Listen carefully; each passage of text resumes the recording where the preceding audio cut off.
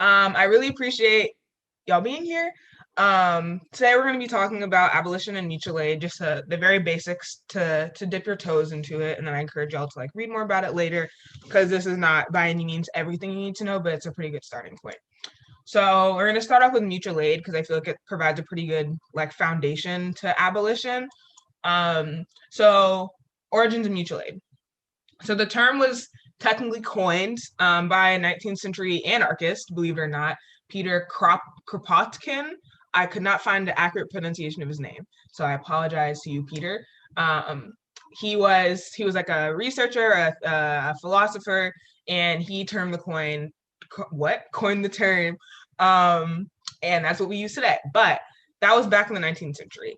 Fast forwarding a little bit into the 20th century, post freedom, post well, not, I like 20th century thinking like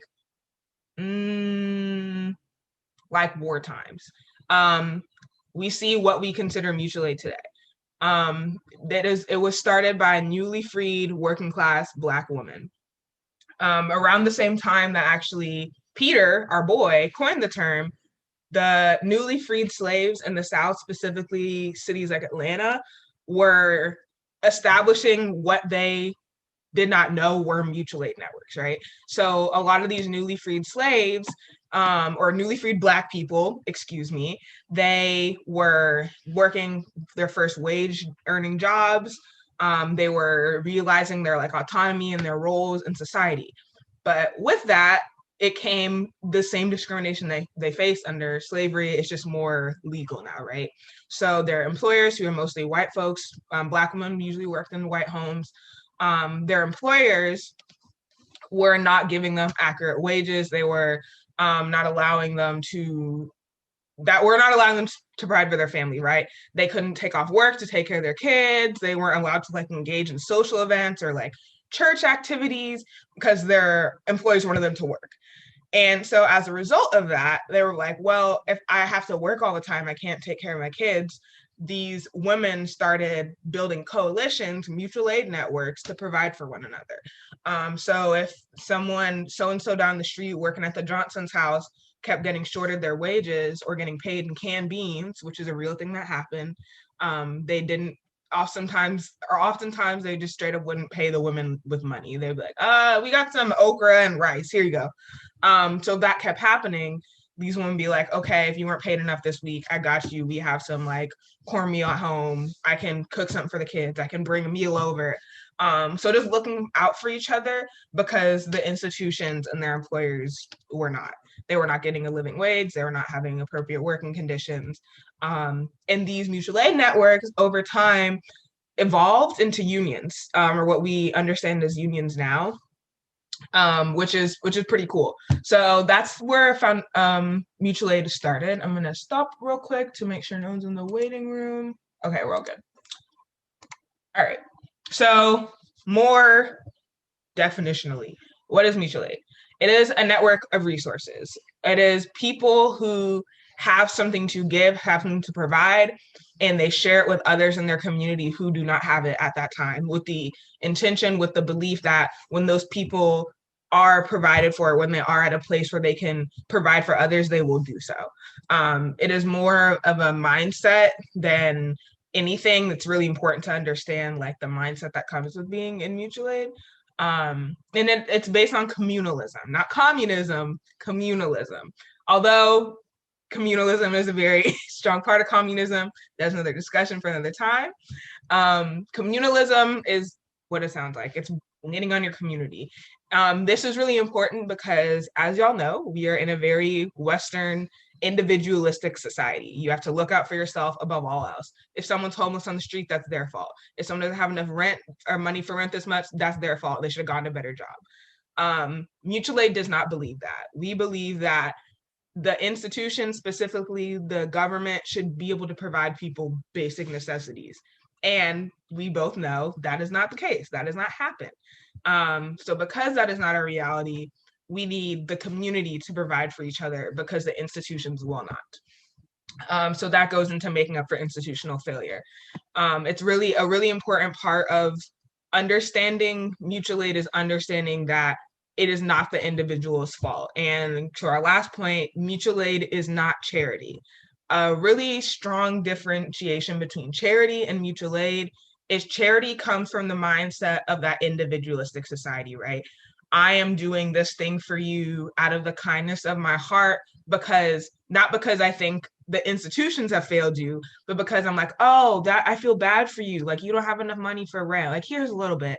Good luck next time, friend. Like, charity is usually more on like a one case basis, and it is not a continued effort of support. So, for example, I'm a part of Ward 2 Mutual Aid, which is like, or the mutual aid encampment outside of Elliott. So the big tent encampment, I'm a part of that mutual aid outreach network. They have this group, we have ongoing donations that happen and that we distribute to these people. So every week, toiletries, if food if they need it, clothing if they need it. A recent request has been like butane containers to like cook on and to heat up their tents because it's been freaking freezing. That happens every single week. It's not like a one-time fundraiser. We're raising money for the homeless. And then you don't talk about it ever again. You don't distribute help to them ever again. Not to discredit those movements, but mutual aid is about the ongoing support of the people in your community who need it. So what can that look like? It can be anything. Mutual aid can come in forms of finances. So like that's the most obvious one. Donating, building financial institutions. That was a big thing with early mutual aid organizers in the South in the early 1819 or late 1800s, early 1900s, building Black banks, Black loan facilities, because a lot of the working class Black women were being preyed on by lenders, and then they couldn't pay the money that they come to a bunch of debt. You know how it goes. So that can be finances, donating, childcare, like I mentioned before, providing for the children of working parents. Like if the women had to work a 12-hour shift taking care of someone else's kids and they couldn't take care of their own, people in their community would do that for them, help them with their homework, give them meals, things like that. And another actually cool note about childcare is that sometimes the women, working class Black women, would actually like go on walks with the white families' children to their own neighborhoods to be able to see their kids. And that is just absolutely heartbreaking, but it's like another, or sometimes the women who weren't working that day would like bring their kids to like the white home so like the mothers could see their children for a little part of the day. That's what mutual aid looks like. And then education, which is what we're doing right now, distributing information to the masses. It can also be transportation, so helping people give rides to and from work, school, having like if we had a request for like a bike, I think, to help someone bike and provide resources. Housing, so supporting unhoused folks. This is a little bit bigger of an ask right now because we are in a pandemic, but in a non-pandemic world, that could be like having someone crash on your couch for a little while. There are a lot of like communal homes that are more safer, because unfortunately I'm just using like shelters for unhoused people as an example. Those can be really traumatic and they can be really abusive sometimes. And so that is an example of institutional failure, are shelters where people are receiving trauma from an already traumatizing experience, especially like state-run shelters, because it is assumed that because someone is homeless, again, their fault, they deserve the bare minimum.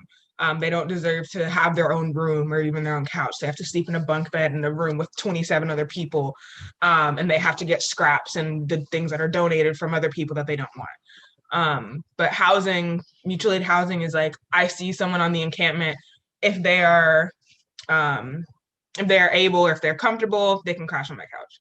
It says my internet is unstable. Was there anything of that y'all missed or that cut out? Yeah, it cut out for a second. Okay. What did you not hear? What was the last thing you heard? If it's like not, if it still makes sense, it's fine. I can move on. Gotta love university Wi-Fi. The last thing is food. Pretty self-explanatory. Going grocery shopping for people, preparing meals, like I explained before. So that's pretty much it on mutual aid. Before I move on to abolition, any questions, comments, you can type them in the chat or say them. I think we missed the food part. The last thing I remembered hearing was the housing, like letting someone crash on your couch. Oh yeah, that's we missed it. the food. Okay. Food is pretty self-explanatory. Just basically providing meals, going grocery shopping, kind of like what I went over already. Budgeting that into your own monthly food. I know that's what a lot of the people in the Word 2 encampment mutual aid network do, is like in their own monthly budget, like, okay, I have my own groceries and then I have mutual aid groceries. That's really a lot of what mutual aid is about. It's examining areas of excess in your own life. And this is mutual aid like in the 21st century frame, examining areas of excess in your own life and being like, okay, where can I distribute these resources where it's needed the most? Like I had to like kind of like push myself back because I wanted to order poke on Uber Eats the other day. I was like, okay, this $13 bowl, you have stuff in the fridge to make this. Where can these resources be better distributed to someone who does not have $13 to get a poke bowl on Uber Eats? So it's kind of just like always being engaged in that mindset of like, how can I support those in my community who are not being supported? But another important part about mutual aid is like, don't exhaust your own resources. Like if you're on the brink of your own rent and your own lights being shut off, maybe donating finances isn't the best way for you to engage in mutual aid, but like donating your time instead. Going to support other efforts, helping to distribute things. If finances aren't always like the best and first place for you to support mutual aid networks, it's just like knowing what you can do to help. Like maybe you don't have money to slide like $20 this week, but you have a car, and so you can help someone get to work, things like that. Alrighty, so with that being said, or making great time, abolition. This is a big, just like idea. It can be very scary to a lot of people, but we're going to get into it. So just some quick definitions that I think are important. Some of these were on the PDF that I posted on the website, but just to go over them again, abolition is an ideology which believes in the total removal of violent and oppressive institutions. No reform, no, what if we just tweak this a little bit? Complete upheaval. The carceral state are institutions, both domestic and international, that use state power to exert violence or captivate oppressed people. And usually that oppression or marginalization is facilitated by the state itself, and the carceral state is just a tool to do so. Carceral power, the scope of the carceral state, like how much power to enforce this do they have? And collective genius are group efforts, both intellectual and imaginative, that go toward building the ideal society. So, key components that we're going to get into. I feel like they're the first four good starting places. Imagination, understanding what we conceptualize as justice. Like when we say justice was served, like what does that even mean? Abandoning the idea of reform, and understanding the purpose of incarceration and captivity beyond what we have been socialized to understand it as.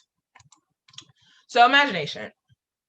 Abolition is, I think the reason that abolition can be scary to a lot of people is because it hasn't existed before. Like just the way that abolishing slavery was like, well, we've always had slavery, so why would we want to get rid of it? We've always had prisons. Like, what's going to happen? Like, why we get rid of it, right? It's looking towards a society that doesn't rely on incarceration or captivity in order to function, specifically the labor of people who are incarcerated and in captivity. This is another session I'm going to have later in the month, but or later on in the future. But prison labor, there are a lot of things that we use in our day-to-day life that was made with prison labor, and it's gross when the more you look into it. Like regular stuff, like pens, like your phone, like you would not believe. And so it's imagining a society where we do not rely on the labor and just the action of captive and incarcerated people in order to function. And you need collective genius to do that, right? You need to lean into mutual aid networks and really plug this idea and bounce ideas around with other people, because something I think a lot of the times when we think about like political movement and political action, you need like one person, one leader to lead the change. But abolition, and specifically collective genius, relies it believes that it relies on all of us, like all of our mental space, all of our mental labor to get to that point, especially when you're imagining something that hasn't existed yet. You can't rely on only one person. Now, of course, there are a lot of thought leaders and people who are scholars of abolition, like they go to school to this stuff for this stuff, they write all this stuff. We should lean on what they have, right? Not saying we start from scratch, but collective genius and just again communalism, mutual aid is incredibly important to imagining the society. And it's just moving away from conventional thought in general, like questioning our reality. It sounds very like yuppie and like questioning our reality, but like really doing it, having critical thought, like why do we think that we need prisons in order for this world to function? Like who gets to determine who does and does not go to prison? Why does that structure exist in the first place? Why is the first thought of when someone does something wrong and inflicts harm is like to lock them up? That thinking and questioning those things that we've been taught rather. So how do we define justice, right? We currently as a society and just like as a world, conceptualize justice in terms of punishment. This makes it easy to depend on the carceral state to exist. This is a very like drastic example, but if someone like kills someone else or someone harms someone else, you deserve to go to jail. You deserve to be locked up, kept away from the society, kept away from the world, and think about what you've done. But then, how is that really justice, right? Whose justice is that for? Who defines what justice is? And it kind of is getting into the idea of restorative justice as well, which there's another PDF on the website if you want to read a little bit more about restorative justice. But restorative justice thinks more about the idea of like, how can we go to the victim, the people who have had the harm done against them, and get their feedback into what they want to see as justice. And that does not involve the captivity of another human being. And a lot of the research believes and actually finds that like most people don't want to like lock someone up and throw away the key. They're like, I just want them to understand the harm they caused me. That is a lot of what restorative justice is. It's about focusing on the harm done versus the punishment, because when you focus on the punishment, it doesn't allow you to address the problem. And that is what our carceral system currently does. Think about the school to prison pipeline, right? This kid is acting out in school. He's being a disruption to society, which is like a real law that you can break, is being a disruption to society, right? I don't know what the exact terminology is, but it's like public disruption or something like that. This kid is doing that. He's going to grow up and become a criminal because he's being disruptive. So we need to lock him up. We need to teach him a lesson, right? But you're not focusing on why is that kid being disruptive? How is his actions of being disruptive really impacting other people? Again, focusing on the punishment instead of the harm that is or is not caused. Justice, as we currently define it, is also to serve colonial and imperialist views. Colonialism and imperialism allows a certain group to exert dominance, force, control over other people, to colonize them, to take their land, to take their resources, to commit genocide, right? I am asserting this power that I have so ordained myself over you, this other group of people. That is what incarceration in the carceral state does. I am, with the authority I've given myself, say that you, whatever crime you commit, whoever you are, is worthy of being in captivity, is worthy of you being pushed behind bars, right? So it's thinking, again, questioning stuff, thinking about who we think is and is not deserving of justice.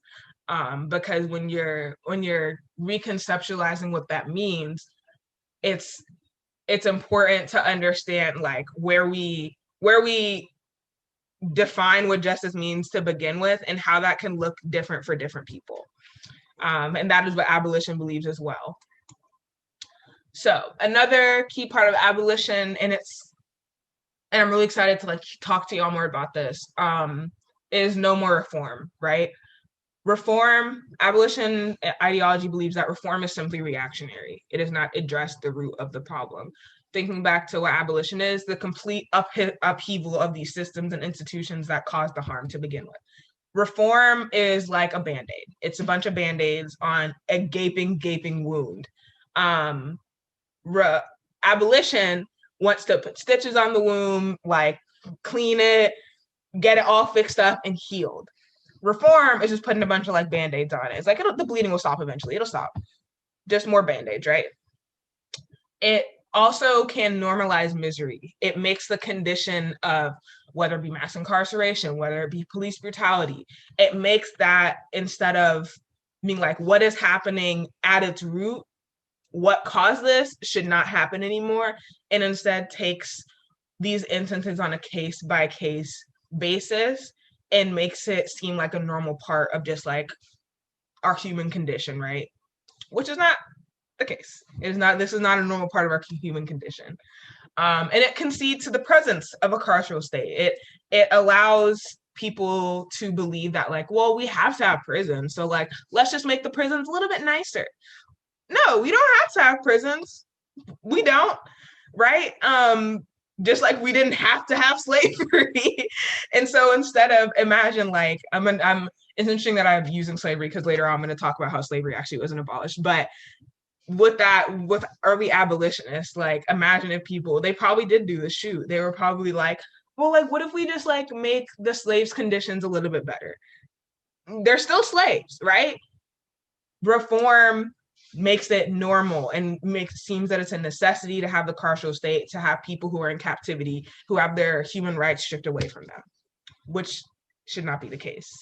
And it also phenomenalizes state violence, right? So the terms mass incarceration, police brutality, right? This was really interesting when I was doing my own research, was that the term mass incarceration assumes that that is not the intended target of the incarceration, right? It's like this mass, like, oh, you guys, the prisons aren't for you. Like, this is a weird instance that all these Black people and all these people of color are ending up in prisons, all these low income people. Like, how did this happen? As if the prisons were not made to continue the captivation and the oppression of these people to begin with, right? Reform feeds that belief that, like, if we just keep passing laws, we just keep like, it'll stop. Like all these people, it'll stop. The mass incarceration will end. But it does not understand that the mass that they're speaking of, that's why the prisons were built to begin with. Same thing with police brutality. It phenomenalizes like, oh, these police are acting so violently.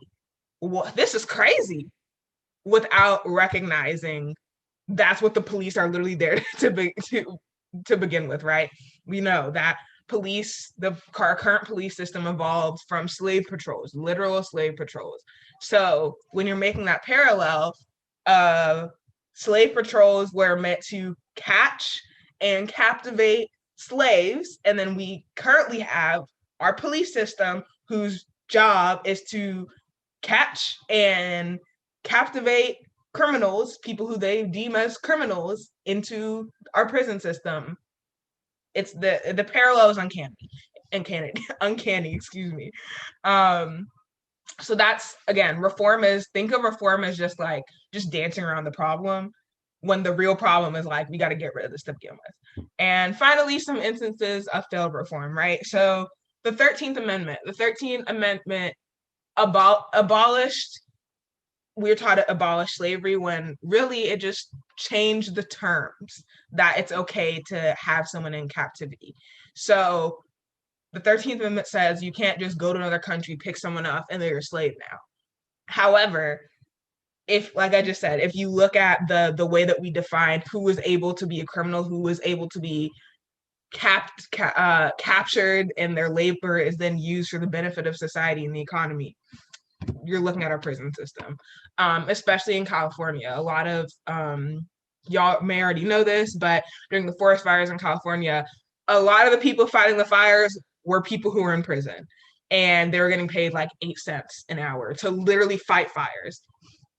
That is not right. That is not, I can even say it's a livable wage, because that's not a wage. That is crumbs. That is ridiculous. And so the 13th Amendment is an example of failed reform. It is a law that was passed to put a Band-Aid. It was a pretty effective Band-Aid. It was a big Band-Aid. I'm not a slave anymore. Great. Love that. However, people are still incarcerated. The carceral state is still exercising that power. It just looks a little bit different now. It looks more legal now, because there are legal precedents that are set to protect that from happening, right? Reform isn't going to stop that. Same thing, just so laws in general. Laws are used. There are a number of laws, like police brutality laws, like against like using the kneel and like kneeling on someone to kill them. A lot of those laws have already been passed. They already exist. And interesting to see about the conversation from this last summer, like we need more laws, like we need more laws to address, to make sure it's possible for police to not do this stuff anymore, not kill people. I'm like, a lot of these laws already exist in some places, and that hasn't stopped them, because their function is not to listen to law and like, oh dang it, I can't kill this Black person because the law says I can't, when the whole function of their purpose is to literally do that. But reform makes things a little more pretty, it makes things a little more digestible to people, but those who are directly impacted and who are on the receiving end of state violence, their conditions never change. It doesn't under reform. And so the last thing is understanding captivity and what that means. So I've kind of touched on this a little bit already, but incarceration is legitimized state violence that uses the power of law and policing to justify the oppression of groups of people. So going back to the police example and the ideas of laws passed to help address unjust policing, as it is usually referred to. These laws are put in place to supposedly check these powers and serve as like a checks and balance system. But if the carceral state and the institution is using police as an extension of its carceral power, they believe that they are the power of law. So none of those other laws are going to apply, because they are the embodiment of the law. They are the enforcers of state violence. And therefore, it justifies the oppression of these people. It justifies the captivity of these people, because it is my responsibility. That is what I'm here for. So therefore, it is justified. I'm just enforcing the law. I'm not killing you for no reason. I'm just enforcing the law. So yeah, understanding what that looks like. And it also naturalizes state captivity of criminalized people. So let's get into it. Who do we consider criminalized? Usually Black people and people of color, right? It makes it seem normal, kind of going back to our idea of mass incarceration, right? It makes it seem normal for Black people and people of color to be in captivity, to be incarcerated, because if you see, for instance, like if a white person did it, like, oh, that's not normal, they must have done like whatever happened, it was uncharacteristic of them. Like, think of all the instances of people, of like white shooters and inflicting violence on Black communities, like, oh, there's something wrong with him, like he had a troubled past, like it's okay, like we're gonna get him out in a couple years and it'll be fine. That's an unnatural example of someone who is criminalized. But that defense, that justification is never allotted to anyone who is not white, because it is more natural for us to be criminals. It is seen as more natural for us to be incarcerated, to be on the other end of having the law enforced onto them. So that captivity can be understood as like a literal captivity, but also a mental captivity, right? A mental captivity in the idea of like when I'm walking down the street and someone crosses the street because they don't want to share the sidewalk with me, right? That is a mental state of captivity, because I am perceived as being a naturally criminalized person. Therefore, any exertion of state violence against me is justified because I'm naturally criminalized. And so again, it's understanding who do we consider to be criminalized and uncriminalized, and how does that make sense in so-called equal exertion of justice under the law. And finally, incarceration is not a system. It is a system and not just like a physical institution, right? I think a lot of times we associate incarceration with like the literal prison building, like the literal juvenile detention center. But it can cross multiple areas. Think of like apartheid. That is a non-physical act of incarceration. Like voting suffrage. That is a non-physical act of incarceration, like with voter suppression and people not being allowed the right to vote. It is the normalized dominance over the terms of someone else's existence in their environment. We, as the law, as this institution, we don't think that Black people should be able to vote yet. This is like the 60s, right? So you're gonna have to prove that you can read first. Who allows the authority for someone else to determine the terms of exercising their rights, etc. So again, understanding captivity, understanding incarceration as less of like, you did something wrong, we're going to jail, and more of like, who is determining the terms of someone else's existence, their environment, their lived experience, and how do they exert violence to maintain that.